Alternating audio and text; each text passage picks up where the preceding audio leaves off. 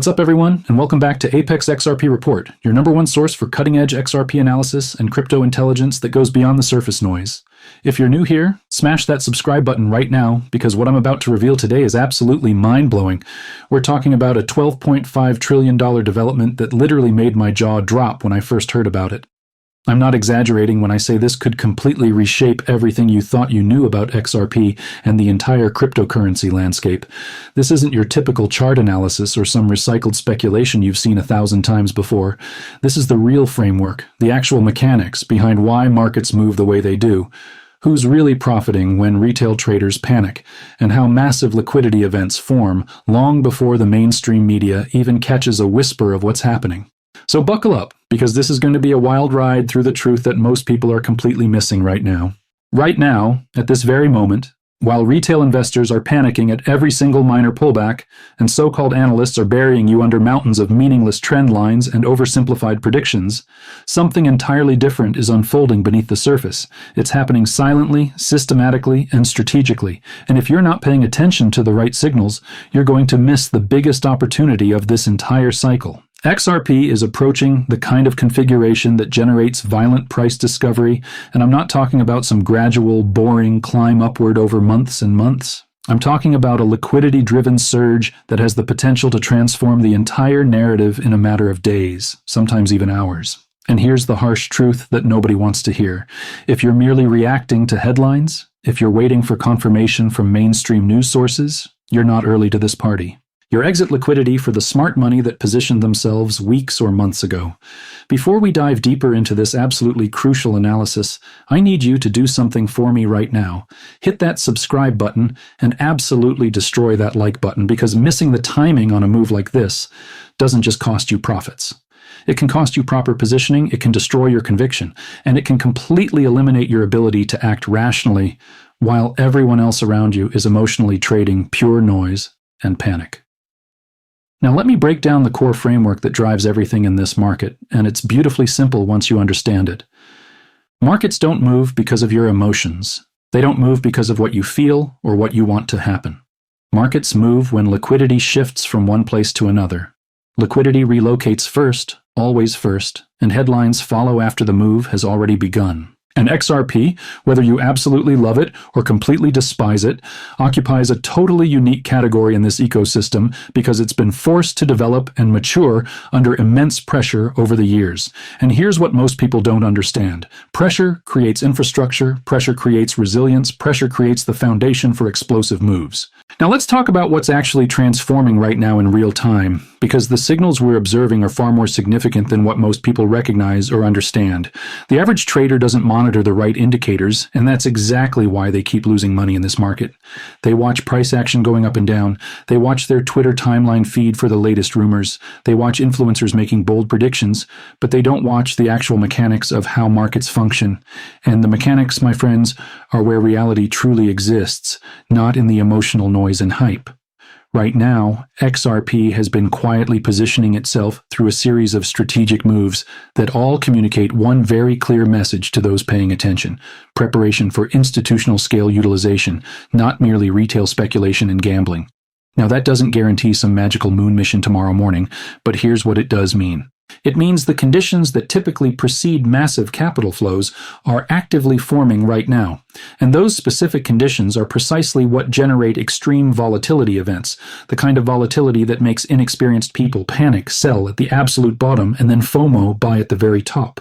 And yes, there's a very specific reason why the market feels like it's constantly being pulled in completely opposing directions, and it's because it actually is being manipulated in that exact way. Retail traders trade the narrative, the story, the emotions, while institutions trade the infrastructure, the fundamentals, the long-term utility. So what does that infrastructure actually look like when you examine it in real time with a critical eye? Let's start with on-chain behavior and ledger activity, because this is where the truth lives. When daily transaction volume quietly elevates without major fanfare, when liquidity pools begin to contract and tighten, and when wallet clustering analysis reveals accumulation patterns that absolutely don't match random retail buying behavior, you're witnessing something genuinely significant happening. The market is being strategically positioned by smart money, not hyped up by influencers and YouTubers. This is the critical part that most people completely overlook in their analysis. Accumulation doesn't always manifest as a giant green candle shooting up on your chart. Sometimes it looks like complete boredom and sideways movement. Sometimes it looks like deliberate price suppression to shake out weak hands. Sometimes it looks like endless consolidation that mentally exhausts people until they finally give up and capitulate their positions.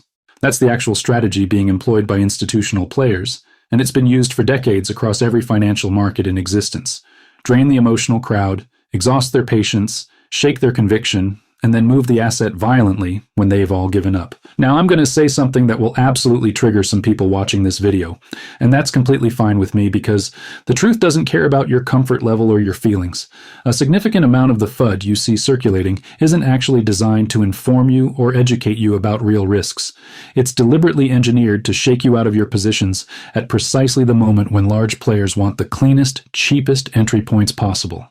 Now, that doesn't mean every single negative headline you see is completely fabricated or fake news. What it means is that negative narratives can be weaponized and used as cover for accumulation, especially in assets where retail sentiment is incredibly easy to manipulate through fear and uncertainty. And XRP, let's be completely honest here, has one of the most emotionally reactive retail communities in the entire cryptocurrency space. That's not an insult to XRP holders, it's simply a factual observation based on years of market behavior.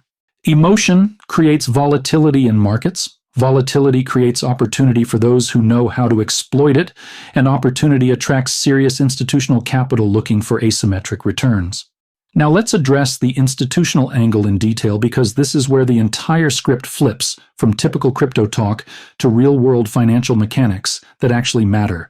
When you start hearing whispers about major banks testing payment corridors, when you hear serious discussions about cross-border settlement infrastructure being developed, and when you observe Ripple's partnerships expanding rapidly outside the loudest Western media cycles, you're witnessing a very specific pattern emerging.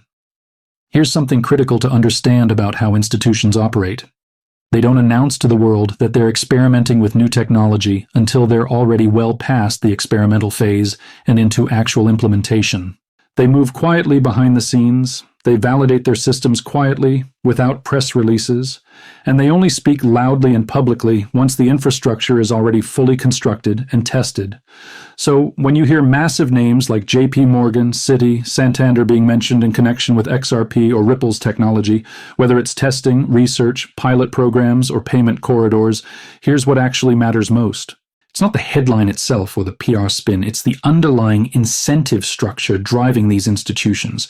Major financial institutions don't care about your ideology, they don't care about your favorite cryptocurrency, they don't care about decentralization, philosophy, or any of that stuff. They care about reducing friction in their operations, increasing transaction speed, improving settlement reliability, and most importantly, lowering their operational costs significantly.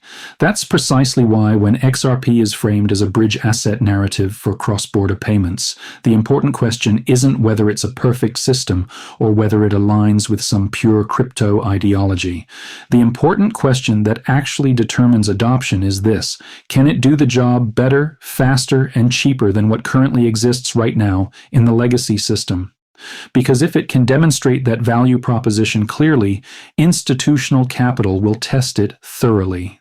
And if institutional capital tests it and validates it works, the market will eventually reprice that asset's perceived utility dramatically. The SEC factor in all of this becomes absolute gasoline poured on a fire waiting to ignite, and this is where most people get the analysis completely wrong. They treat regulatory delays and uncertainty as pure bearishness, as reasons to stay away from XRP entirely. But here's the sophisticated perspective that smart money understands. Delays and uncertainty also create a massive uncertainty discount built into the current price.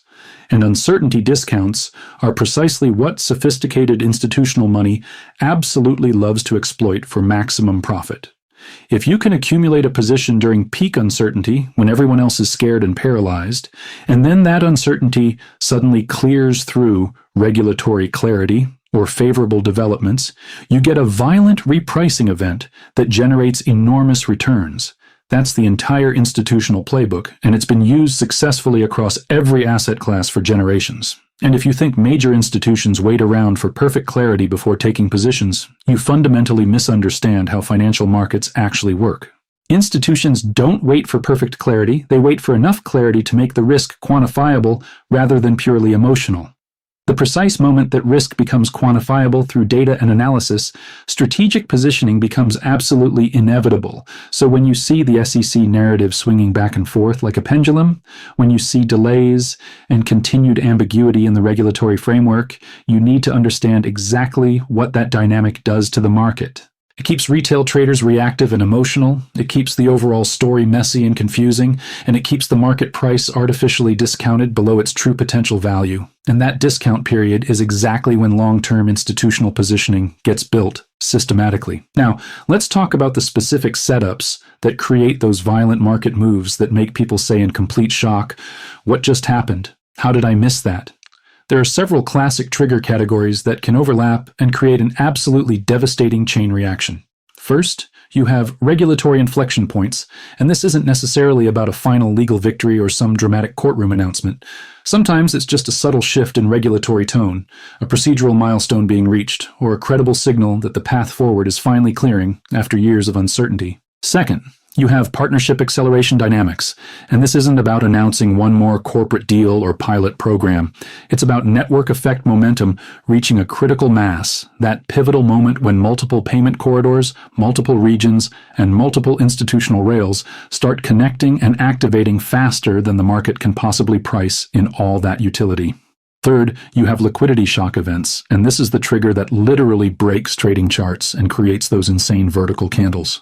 When liquidity tightens significantly in the market and substantial demand hits at exactly the wrong time for shorts, price moves incredibly aggressively because there simply aren't enough sellers willing to sell at current price levels. That's when price gaps form on the charts.